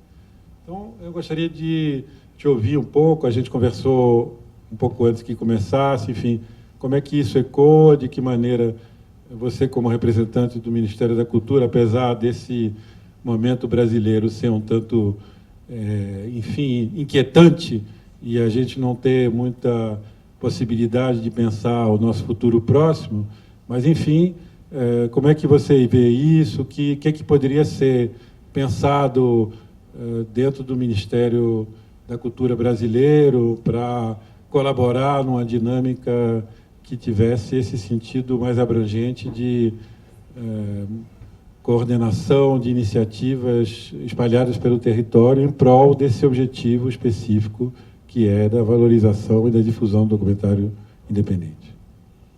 Bom, primeiro eu queria dar boa noite a todos, agradecer o convite, dizer que eu estou realmente muito feliz de estar aqui. O É Tudo Verdade é um festival pelo qual eu tenho um carinho enorme, já tive filmes, produções minhas premiadas aqui como melhor filme, e fundamentalmente abordando esse tema que é, né, estrutural, fundamental para a narrativa do cinema brasileiro, que é o documentário, que, como a Regina já tinha falado, e aqui já fazendo a relação com a pergunta que o Henri colocou, tem um fio condutório de políticas públicas no sentido do fomento à produção de obras audiovisuais, que ainda, naturalmente, não é longe do ideal de que gostaríamos que estivesse, mas que já tem, hoje, alguns indicadores que nos permitem aferir, né, uma curva ascendente no crescimento da produção de documentários. Claro que o cenário de produção audiovisual, no geral, vive um momento de passado esse período mais recente desse baque da condecínio das teles e essa etapa superada, enfim, a gente vive nos últimos 10 anos, né, para ser assim, arredondar um pouco a conta, um momento absolutamente fabuloso da produção audiovisual brasileira e, né, fomentado pelos recursos do Fundo Setorial do Audiovisual e pela política pública empreendida fortemente na gestão do Ministério da Cultura do atual ministro Gil e do ex-ministro, do atual ministro Juca e do ex-ministro Gil. E a Secretaria do Audiovisual, nessa nova gestão do ministro Juca, já vem retomando com bastante ênfase as conversas setoriais, e a PACE foi acho que foi a entidade que foi mais vezes recebida pela Secretaria. Mais devagar, sim, senhor. Achei que eu estava falando super devagar, eu, em geral, falo super rápido, então, se eu tiver... E como eu estou especialmente cansada, queria, inclusive, aqui pedir desculpa pelos bocejos, mas... Eu, enfim, estou vendo de uma agenda super intensa, mas, enfim, essa aproximação da Secretaria do Audiovisual com a APACE, que é a Associação Paulista de Cinema, tem sido muito frutífera nesse sentido de proposições relevantes e fundamentadas que promovam com mais ênfase ainda o documentário, né, especificamente o documentário. Foi a primeira entidade que o secretário do Audiovisual, Paula Ribeiro, recebeu, e já desde aquela época foi sinalizada a iniciativa que está sendo proposta pela PACE da implementação da Casa do Documentário aqui em São Paulo. Eu posso dizer sem nenhuma dúvida, sem nenhum constrangimento, de que é uma iniciativa muito bem vista pelo secretário, pela secretaria, pelo ministro pessoalmente. E, enfim, vimos conversando em outros momentos, né, ao longo desse ano aí de gestão, para procurar compreender melhor, enfim, conhecer melhor a modelagem que é proposta para essa Casa do Documentário em São Paulo. Essa iniciativa, por si só, ela já se converteria num ativo bastante relevante, no sentido da gente, que é um pouco o que eu estava conversando com eles aqui antes da nossa mesa começar, já seria um ativo muito importante, justamente no sentido dessa proposição voluntária de articulação de todo esse cenário de produção e de difusão do documentário. Quer dizer, ao passo também que a gente tem um cenário de forte fomento à produção do documentário de outras linguagens, sempre o gargalo reside, e ainda hoje reside, na difusão, na distribuição, né, enfim, na ocupação das salas do circuito, enfim, arrazoado, né, do circuito comercial, e também do circuito não comercial, que ainda, embora as políticas públicas venham fortalecendo esse cenário e esse circuito não comercial, ainda está muito aquém do que precisa, então o circuito não comercial ainda fica muito submerso. E ouvindo aqui muito atentamente, realmente fiquei muito bem impressionado com a iniciativa do mês do documentário na França. Eu conhecia de uma maneira muito incipiente e fiquei muito feliz e foi muito esclarecedora essa palestra que a Justine deu. E ela, na verdade, traz para a gente essa real dimensão de que, para a gente ter uma estratégia de difusão, de fato, do nosso patrimônio audiovisual nacional, a gente precisa congregar esforços, né? Uma coisa que o secretário sempre fala, que o ministro não chamou ele para ser secretário, mas para ser um costureiro, né? De justamente reunir, costurar as políticas públicas que já existem, com algumas iniciativas num cenário orçamentário também muito exíguo, né? Desde dessa segunda gestão do governo Dilma, enfim, o orçamento nos tem faltado, mas a gente tem conseguido fazer muitas coisas importantes, prospectando justamente parcerias financeiras e organizativas, né? Enfim, institucionais também, além da sociedade civil, para que os resultados comecem a aparecer. Então, assim, hoje eu vejo claramente, por exemplo, que a partir vamos dizer, dessa liderança que a PACE vem desempenhando no certame documentário, a gente tem, por exemplo, hoje alguns ativos já como resultado de políticas públicas que também são subaproveitados. Claro que também falta um pouco dessa visão mais integrada, mais orgânica do Estado, de também olhar para os resultados das suas políticas públicas e procurar congregá-los todos em benefício de determinados enfoques, mas esses enfoques, eles também são muitos, né, como é próprio da nossa democracia, eles devem ser pautados pela sociedade. Então, nesse sentido, a PACE tem feito um trabalho muito relevante, muito importante, no sentido de dizer, olha, a gente está aqui, a gente é produtor, mas entendemos que está tudo legal, a gente tem um cenário de fomento muito importante, a gente tem um cenário de difusão razoável, mas a gente está sentindo falta de uma política mais específica para o documentário. Então, esse tipo de organização de iniciativa, ela, na verdade, é que dá a ênfase do olhar da gestão pública para esse ou para aquela matéria. Então, em termos de ativo que já temos, assim, inegavelmente, a gente tem, por exemplo, os pontos de cultura, né? Hoje a gente tem quase 500 pontos de cultura que já exercem atividades audiovisuais dentro das suas naturezas de operação, enfim, de ações culturais. Ao passo que a gente teve também, já aqui no início de 2015, a Lei do Cultura Viva, que é um processo de autodeclaração de pontos de cultura, ou seja, de qualquer iniciativa cultural que queira dizer, olha, eu sou um coletivo que produz cultura, seja de cinema ou seja de qualquer outra expressão artística, e isso pode fazer com que emerja, né, essa camada que está meio invisível ainda para a sociedade, de pessoas, enfim, de coletivos, de espaços, de instituições, de bibliotecas e de outros, enfim, reunião ou atividade de pessoas que exerçam atividades culturais, e que possam falar, eu quero ser ponto de cultura, eu quero que o Ministério da Cultura me reconheça, me veja e olhe para mim como sendo um potencial recebedor de uma política pública direcionada. A gente tem, como o Henri falou, os CELs, né, que são equipamentos culturais fabulosos, que estão sendo construídos, já são 380, dos quais já temos 163, e os números agora, assim, de cabeça, não tenho, mas... Enfim, a gente está já em fase de entrega desses equipamentos culturais, que são equipamentos culturais moderníssimos, de ponta, equipados, com salas de cinema, com projeção. Estamos buscando uma política de capacitação para os gestores ali eleitos, segundo uma dinâmica que a Secretaria Executiva vem coordenando, de pessoas mais engajadas que possam justamente fazer isso que a Justine estava falando, não só de receber o conteúdo que já acontece, todos os CELs inaugurados recebem a coleção Programadora Brasil, que é um programa da Secretaria do Audiovisual, que tem, sob sua curadoria, quase 1.000 títulos, 997. Então, o equipamento inaugurado, ele recebe uma programação. Mas é necessário que a gente mobilize também ali a comunidade local para que aquele espaço tenha, enfim, a sua fruição plena, a sua ocupação plena, enfim, para que aquilo, de fato, se torne um espaço para a sociedade, para a troca de informações e de bens culturais. A gente tem... Enfim, além disso, as universidades federais, que são parceiros com o qual a administração pública federal trabalha muito, justamente por serem todos, né, entes ligados diretamente à administração federal. E hoje a gente tem um programa que chama-se Cinemas em Rede. A gente ontem inaugurou, no Rio de Janeiro, a segunda fase do projeto. A gente já tem, ontem inauguramos mais 7 salas, de 6 que já existiam. Hoje temos 13 salas de cinemas equipadas com, enfim, com padrões adequados de exibição. Não são salas de cinema comercial, com DCP, mas, enfim, são salas que têm um grau de qualidade técnica para a experiência de cinema. Então, um bom isolamento acústico, né, isolamento de luz, um projetor adequado, com tela, com sistema de som balanceado e programação em rede. Então, a gente promove as exibições simultâneas nessas 13 salas que já são da rede, e essa rede de salas tem uma ligação, em 7 delas, com uma rede latino-americana de conteúdos audiovisuais que chama-se RECAM.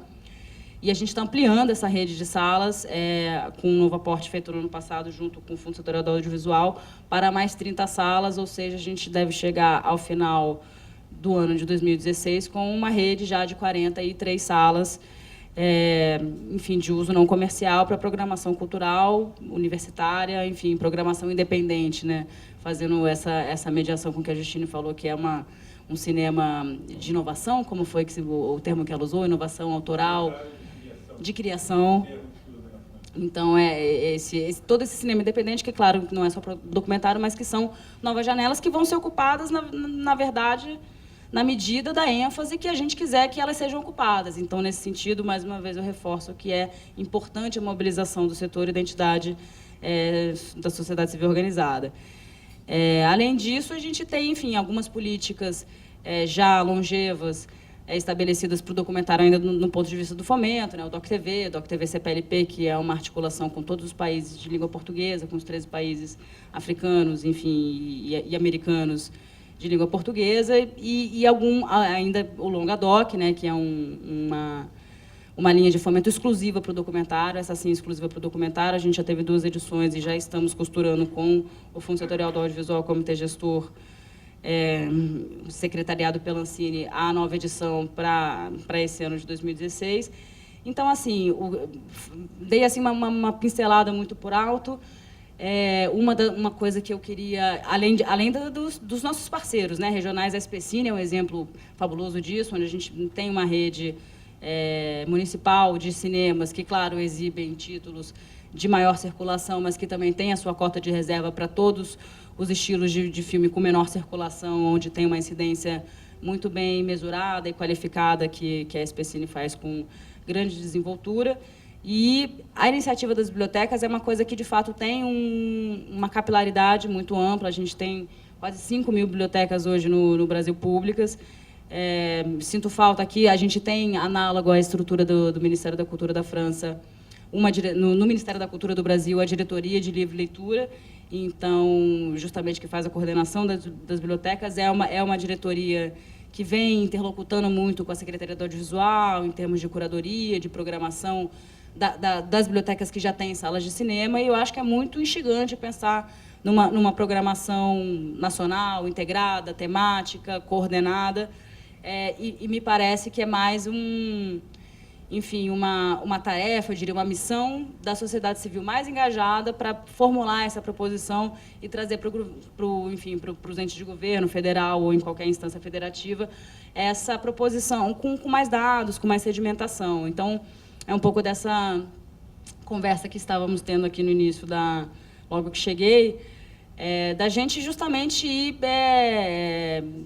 pensamos assim, vamos estipular um grupo de trabalho, uma coisa que tenha algum grau de institucionalidade maior.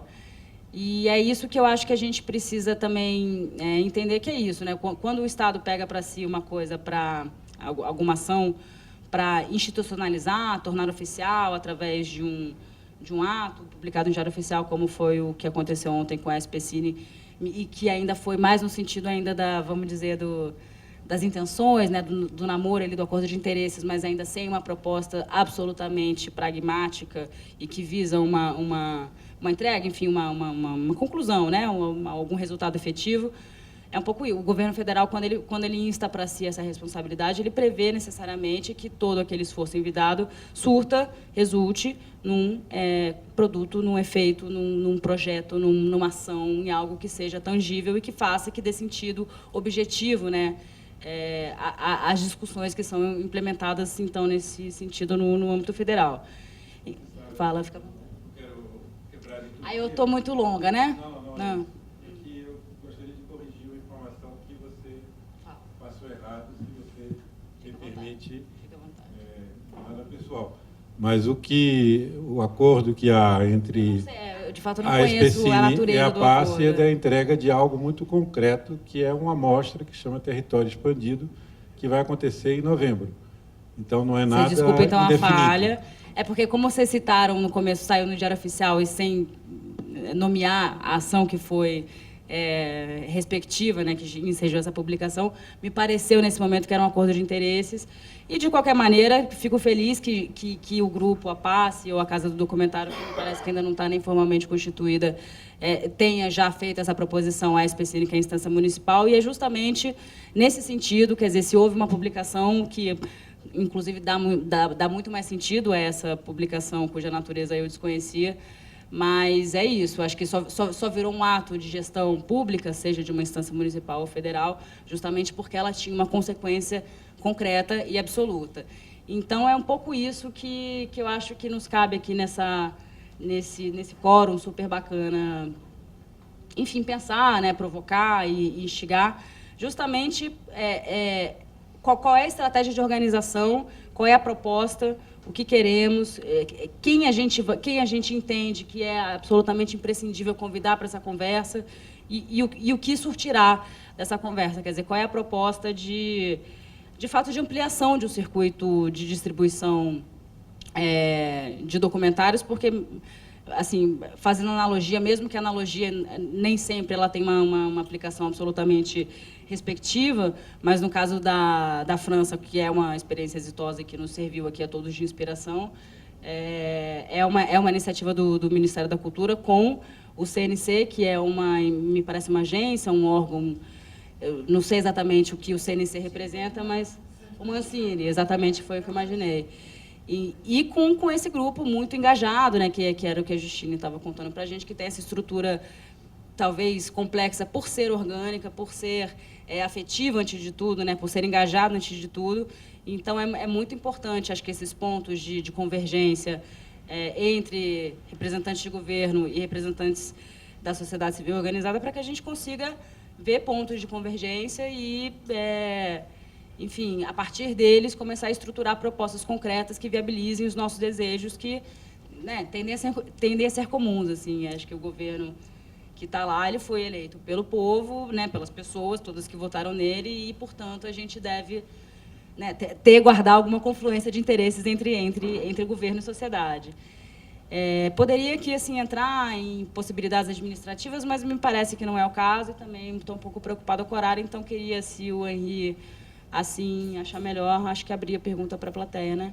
Eu vou fazer isso, eu só queria registrar, porque é uma conversa amical, mas é uma conversa pública, então, só deixar claro, se você me corrige se eu entendi mal, que você, de alguma maneira, está propondo, abrindo um horizonte da possibilidade eventual de, dentro do Ministério da Cultura, do Estado brasileiro, enfim, abrir-se um GT documentário para tentar pensar, então, outros caminhos possíveis para o documentário brasileiro. É isso? Não, então vamos... É difícil, justamente porque essas falas públicas a gente fala e se compromete do ponto de vista do nosso desejo pessoal enquanto, né, cidadão, enquanto gestor, que, né, os que vêm representando sempre têm esse peso da responsabilidade, mas, assim, em linhas bastante, então, objetivas e pragmáticas, é isso. Eu tenho convicção de que o Ministério da Cultura, o ministro secretário, tem todo o interesse no debate, acho que congregar, reunir atores relevantes e que tenham contribuições concretas a dar é muito interessante. A gente está, inclusive, aqui, por ocasião dessa nossa conversa, me lembrei que a gente está retomando o CCSAV, que é o Conselho Consultivo da Secretaria do Audiovisual, que estava, enfim, ele foi esvaziado, estava totalmente desregulado, inclusive não tinha nem normativa. A gente está recolocando ele enquanto instância consultiva da sociedade civil de maneira, enfim, né, absolutamente legítima e costumeira, e claro que outros pontos extraordinários, que assim debates que tragam uma materialidade visível, a gente conversa, enfim, temos todo o interesse no diálogo. Eu acho isso. A questão de implementar um grupo de trabalho também traz para o governo federal uma responsabilidade em promover depois para as instâncias, para o Ministério Público, a justificativa de por que estamos chamando esse debate, quer dizer, o que queremos com ele. E, nesse sentido, que eu acho, que vejo com total e absoluta possibilidade a gente chamar, institucionalizar, através de portaria ministerial, um grupo de trabalho, mas, para isso, precisamos entender melhor qual é a proposta, e essa proposta deve emanar da sociedade civil. Então, precisamos assim, entender a metodologia, o critério eletivo das pessoas que vão estar representando todo um espectro amplo da sociedade civil e vão estar reunidas num único assento, as entidades que vão participar, quer dizer, não são só as pessoas, são as entidades que vão estar lá e que, por si só, já representam um grupo maior de pessoas. Dentro dessas entidades, qual é a pessoa que vai representar e que melhor coaduna os interesses da entidade, que fala por uma série de outros cidadãos. Então, e, objetivamente, qual é a proposta disso, qual é a metodologia, o tempo, a quantidade de reuniões, os temas de debate e os objetivos propostos. E, com isso, um pouco mais amadurecido e estruturado, acho que muito também com as tratativas da própria Casa do Documentário andando, eu vejo a absoluta possibilidade da gente chamar esse grupo de trabalho, legitimar ele e ampliar, enfim, as conversas de maneira assim mais institucional e estruturada. Muito obrigado. Então, vamos abrir perguntas do público. A liturgia da casa, em geral, exige que as perguntas sejam feitas por escrito. Então, o que esfria, evidentemente, um pouco a dinâmica da conversa, mas vamos tentar respeitar a liturgia existente.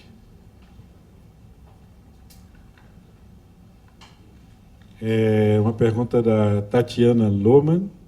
Vocês têm noção de quanto essas 16 edições do mês do documentário colaboraram para aumentar o público francês interessado em documentário? Existem números a esse respeito?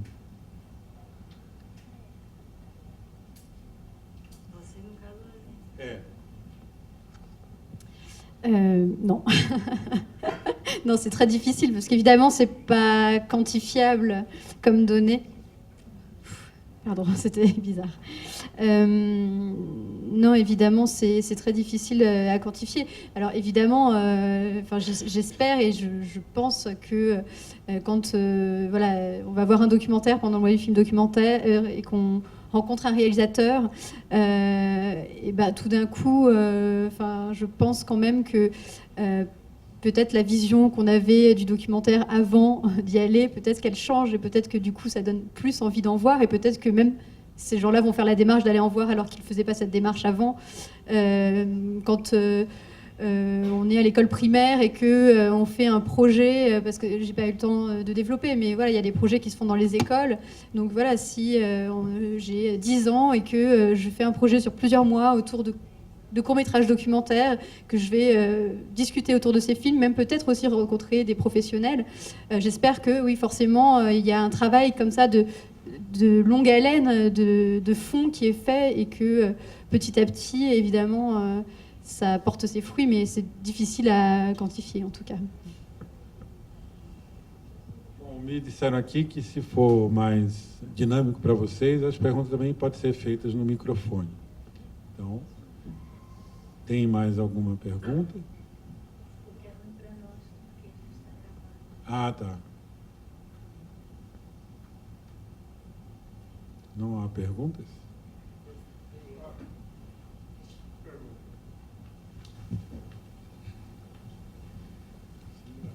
Oi, boa noite. Na verdade, ela foge um pouco do...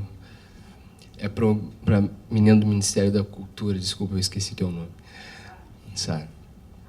Se o Ministério da Cultura tem algum projeto de incentivo à produção para a internet, na verdade, porque tendo em vista que a difusão é dos principais problemas do filme no Brasil, e ele em sala não se paga, vamos dizer assim, quem paga não vê o filme, e teoricamente na internet ele estaria à disposição para para todo mundo, né? Se o Ministério da Cultura tem alguma coisa nesse sentido.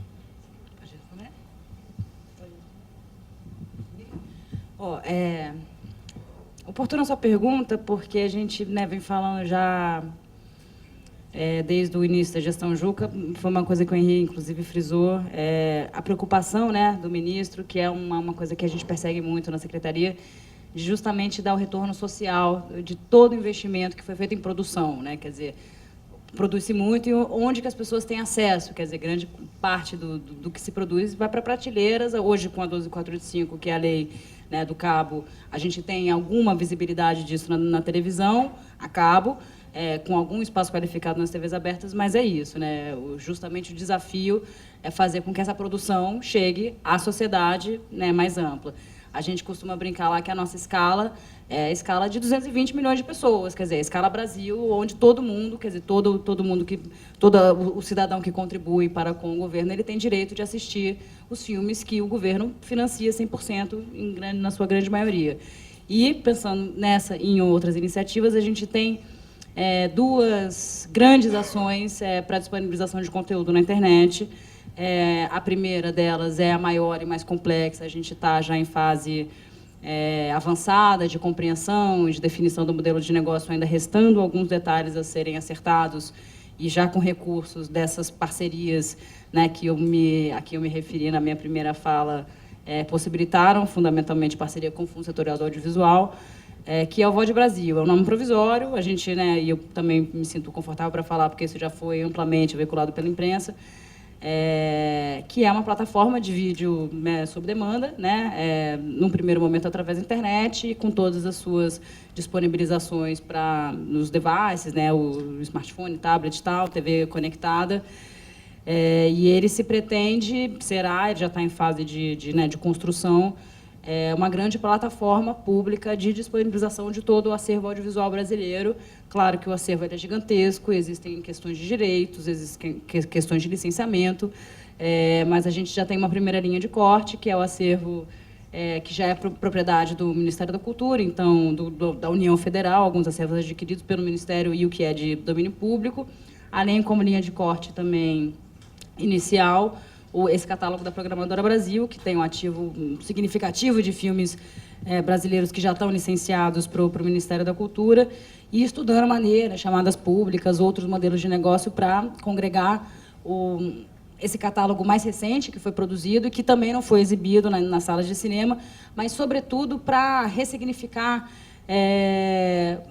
todos os filmes que foram produzidos, os quais a grande maioria são totalmente desconhecidos pelo público. Eles passaram uma vez, até tiveram lançamento numa sala de cinema comercial, mas passou uma vez, uma semana, numa sala, enfim, são filmes que são, mesmo que tenham tido lançamento, são, em sua grande maioria, inéditos para a grande população brasileira. Então, essa é uma das grandes frentes, essa frente de plataforma de conteúdos para serem disponibilizados na internet e, enfim, a gente está em trabalho muito acelerado, muito em breve vocês vão ter notícias mais precisas sobre isso. A nossa outra frente na internet, né, porque existem outras, eu não vou me ater aqui a esse que você perguntou, da internet, é o canal Cultura. O canal da Cultura é um canal ministerial, um canal de Estado, junto com a Saúde e com a Educação, além da SECOM, que é a Secretaria de Comunicação da Presidência da República. A Saúde, a Educação e a Cultura tem, né, outorgas, são passíveis de outorga específica para si, de sinal de canal digital, onde você pode ter 4 programações digitais simultâneas numa mesma faixa de programação, o que é muito curioso, né, porque acho que insta a cultura a uma necessidade básica, como a educação e a saúde, então isso, por si só, já tem um ativo simbólico muito importante, e a gente justamente, né, foi regulamentada em 2015 com um hiato de apenas 27 anos, né, desde 88, quando a Constituição foi redigida, onde essa previsão legal já estava, enfim, lavrada, e, né, com esse ato de regulamentação que só se deu em 2015, muito por, né, pela ali, costura, pela mediação que o Ministério da Cultura fez. E a primeira... é um horizonte absolutamente largo, que prescinde de um altíssimo volume de investimento para infraestrutura e, em medida pau a pau, análoga, o investimento em produção de conteúdo. Claro que conversas com o Fundo Setorial já estão sendo feitas para a gente abrir enfim, linhas de programação dedicada, de fomento dedicado não só ao VOD como ao Canal Cultura, mas ainda são discussões, né, que tem muita coisa para acontecer até elas de fato virarem, enfim, produtos, né, objetos, políticas em execução.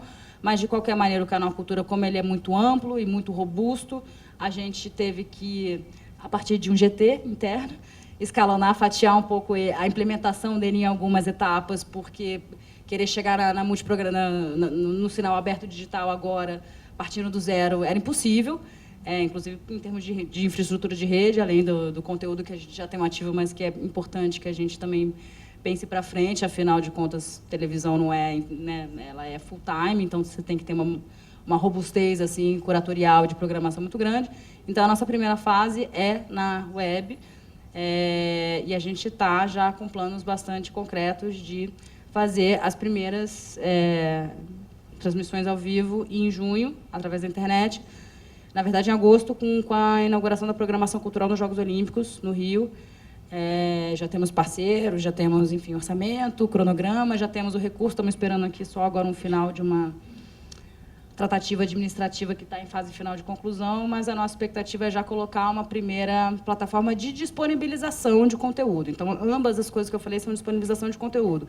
Para fomento específico para a internet, enfim, tem um fundo setorial, né, que hoje já tem políticas que prevêem webséries, enfim, game devs e outras coisas.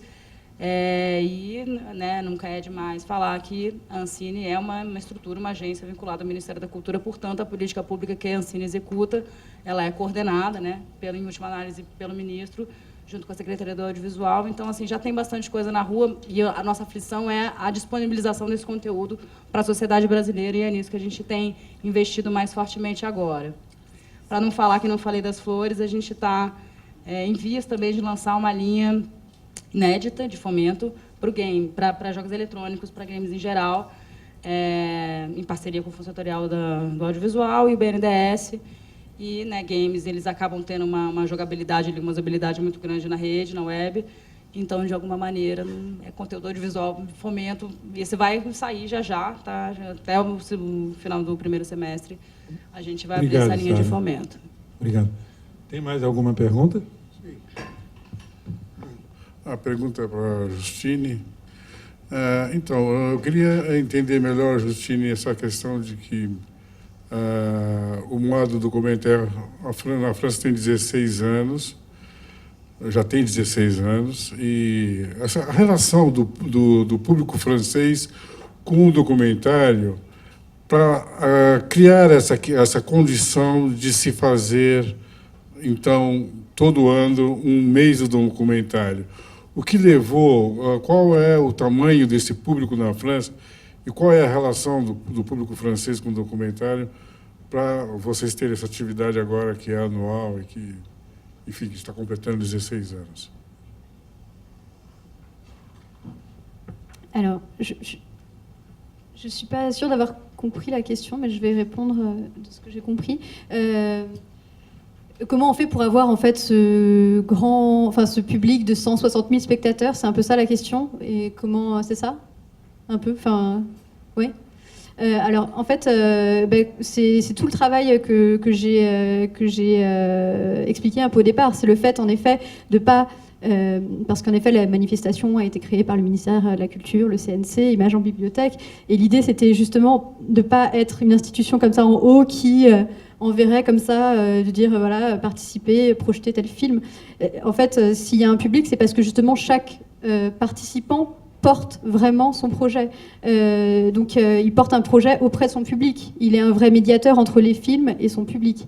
Et c'est pour ça qu'il y a un public... Enfin, c'est-à-dire que c'est pas juste un événement où dans la ville on verrait une affiche, tel film, tel jour. Non, c'est parce que c'est telle médiathèque qui a déjà son public, qui va organiser un programme, et c'est le public de cette médiathèque, du coup, qui a confiance dans cette structure, qui suit déjà ses activités, et donc qui va venir voir un film documentaire. Et c'est comme ça qu'un public, des spectateurs qui parfois qui connaissent pas le documentaire, parfois même qui n'ont pas de pratique cinéphile, vont rencontrer comme ça un film, vont rencontrer et vont participer à un débat, en fait. Enfin, j'espère que j'ai répondu à peu près à la question. C'est... Então, a gente ainda tem uns 10 minutos, assim. Daqui a pouco a gente, infelizmente, vai ter que concluir. Mas recebemos perguntas aí.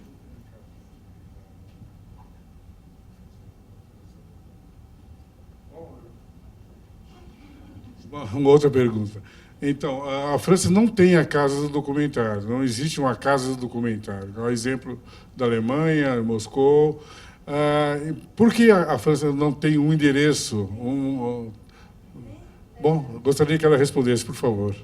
Alors, il n'y a pas une maison du documentaire comme vous l'entendez ici, c'est-à-dire qu'il y aurait une activité comme ça, un peu nationale, transversale sur plusieurs domaines. Il y a plein d'institutions. Il y a notamment une institution, je pensais à ça que tu pensais, la Maison du Doc.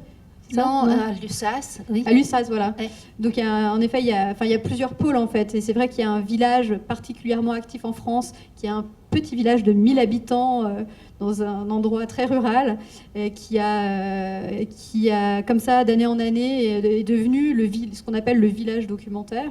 Donc, il y a un centre de ressources, il y a une sorte de festival, mais qui s'appelle les États généraux du documentaire. Il y a des sociétés de production, de distribution. Il y a une plateforme, justement, on parlait des plateformes en ligne, il y a une plateforme de vidéos à la demande documentaire qui va être aussi créée. Mais il n'y a pas une institution comme ça, nationale, qui... Enfin, là, ce sont des associations indépendantes, évidemment financées aussi par les institutions publiques, mais c'est pas... il n'y a pas une maison comme ça générale. Je crois qu'il y a un projet... mais après, c'est toujours pareil, c'est-à-dire que c'est un projet d'avoir un lieu physique, mais ça voudrait dire que ce serait un lieu physique à Paris. Et à Paris, il y a déjà beaucoup de choses. Et du coup, en tout cas, ce qui est intéressant, c'est toujours de se poser la question aussi en dehors de Paris, quoi. Voilà. Donc c'est pareil, un lieu physique à Paris. Est-ce que ça vraiment, ce serait super d'avoir un lieu dédié au documentaire. Je suis pas du tout contre, mais il faut aussi se poser la question, en effet, est-ce qu'il n'y a pas déjà beaucoup de choses qui existent? Je sais pas.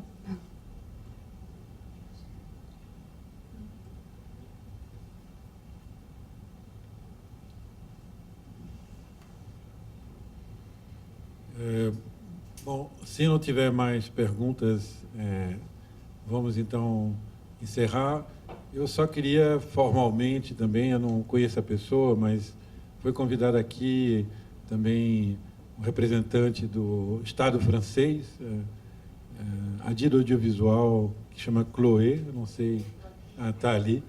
Então, eu queria registrar a presença, então, através da Chloé, do Estado francês, vamos dizer assim. A gente espera que dessa conversa um tanto informal que nós tivemos aqui possam haver vários desdobramentos com vários atores, e agradecemos muito a atenção de vocês, a vinda da Justina, da Sara, enfim, a acolhida aqui do Itaú, e enfim, vamos em frente se o Brasil assim nos permitir. Boa noite.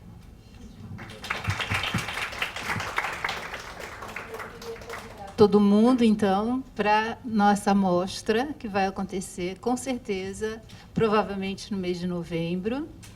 E vai ser muito bacana contar com todo mundo. E, por favor, ajude a gente a divulgar nossas atividades. Queria também agradecer, já que eu estou aqui com o microfone, agradecer a Justine por ter atravessado o Atlântico num convite de última hora para vir aqui nos expor toda essa atividade maravilhosa que vocês desenvolvem.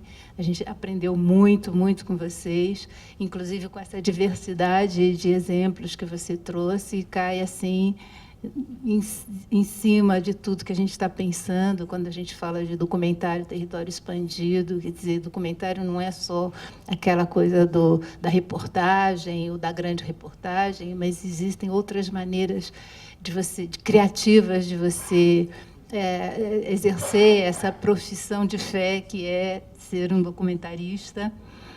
E queria agradecer, então, você por ter vindo, inclusive, comemorar com a gente o nosso 2º aniversário de existência. O GTDoc, então, ontem completou 2 anos. Queria agradecer a Sara por todo esse banho de energia e de positividade e de ter assim, assumido o nosso sonho. Eu acho que você está sonhando com a gente. E vamos em frente, né? E agradecer a vocês também a presença. Tchau.